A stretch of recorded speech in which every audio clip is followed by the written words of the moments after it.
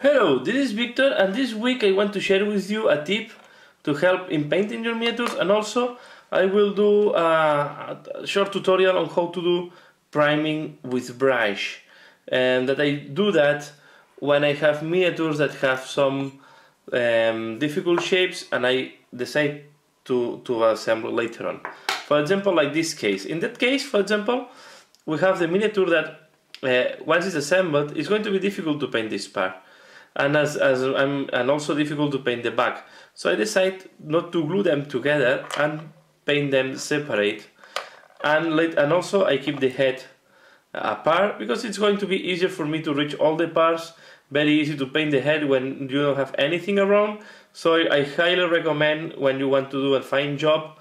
Maybe for when you paint in bulk is not neat, but once like that, and I prefer to paint this separated. Before gluing. So what I do in that case is I prime this and I paint the legs in like that, and then I will hold this. I have this piece of cork, it's a cork cap, and I put this is a piece of clip. Okay, and then what I will do is I will with the drill I make a hole at the bottom. Okay, and I will assemble like that. Okay, and now I can paint this part without touching. I can manipulate this part without touching. It's the same as you can do to put this glue on top of the cork. This will help you to handle the piece easier. Okay, so I will do that, and then on the head I will do the same. I go to the neck, I drill,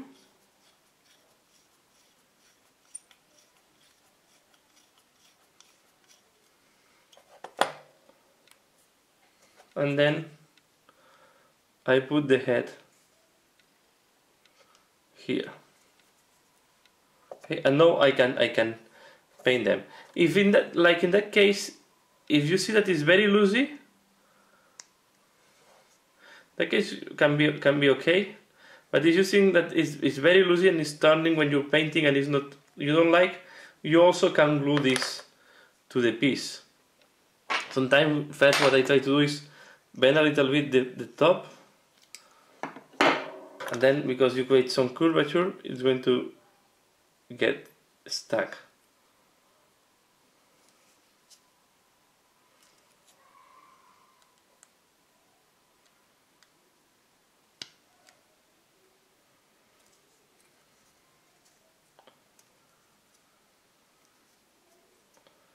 Okay, so this is one tip, and now let's going to do the prime. And then to prime this miniature I will use black, and I will use Abaddon black to prime it. So what is very important when you are priming a miniature is that the paint is not too thick that is covering the detail. And what I do is I take water, and for example I will show you in the cape, this should be the level that you want to apply. You don't need to cover fully the miniature and to make it fully black. What you want is to create a layer where that will be used to paint later on. So if I want to paint this miniature in black, it's better to do a very soft prime and do then black later on. As you can see, here is quite fast, and yeah, there is not much. And then here that we have a lot of detail, try not to put too much paint, and yeah.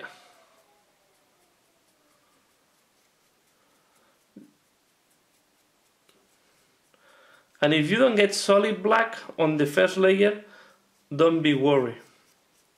What you want first is to do just a thin layer of black, and sometimes the layers have to be thin enough to be transparent and you can still see the plastic. So then you do a second layer. Normally 2 layers of black should be more than enough. Use I use water to thin it down. Okay, this is too thin. As you can see here, this was a clear example when you thin too much the paint, and the paint is not getting, you see, is doing this effect that is not getting stuck, or is not, when the paint is too thin, it's doing like, it's working like water, and because this is plastic, the paint tends to group and not to cover the miniature. If that happens, take fresh paint and go on top. You will thick then a little bit more. So it's what I do here, and don't worry, if it's too thin, just wait until it's dry and do another layer. You see here that it's dry already. I do second layer. Now I'm doing a second layer because this part is going to be black. So you see, and most likely I will need to glue this miniature on the wire, to be sure that it's not rotating once I'm painting. Okay, but this is helping me a lot to paint. It's just I want to show you that you can do that, and also you can use the same cork to prime them with the spray. But because I did a bunch and I go miniature by miniature, I don't mind in that case doing with brush. You can see here, and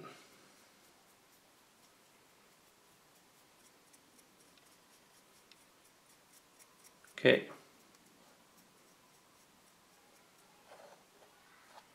then just the pistol.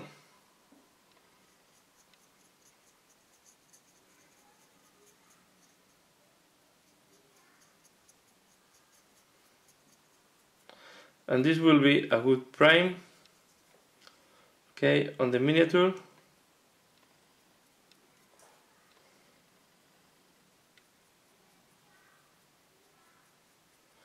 Okay, and then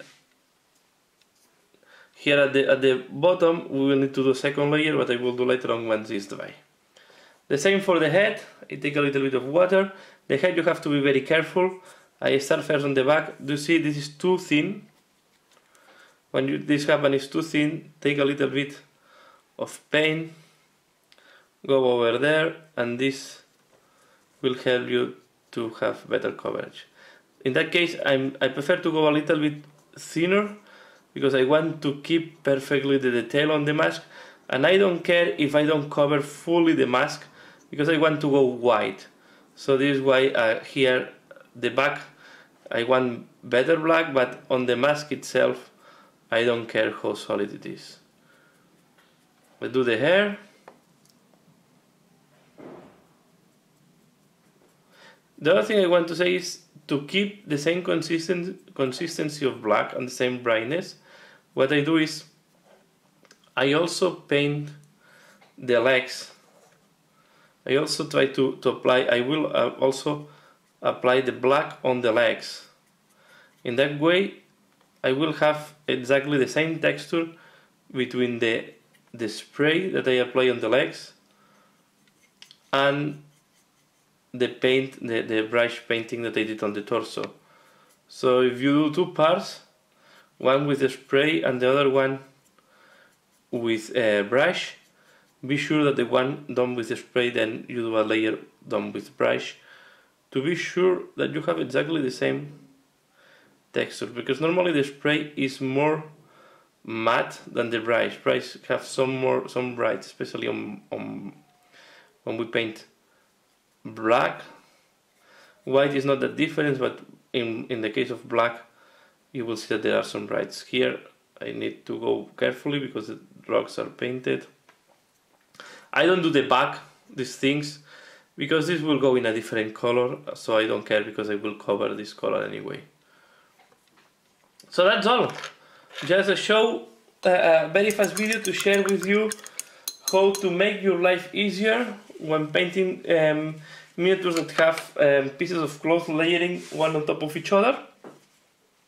I hope you find this tip, the tip of this week, useful. It comes very early in the week, but I think was worth it to share with you. And yeah, let me know. what do? You always accept everything and then paint, or you also paint parts separately and then you do it later on? Very interesting to know how you do it. So yeah, that's all. Thanks a lot for watching. I'll see you later. Bye.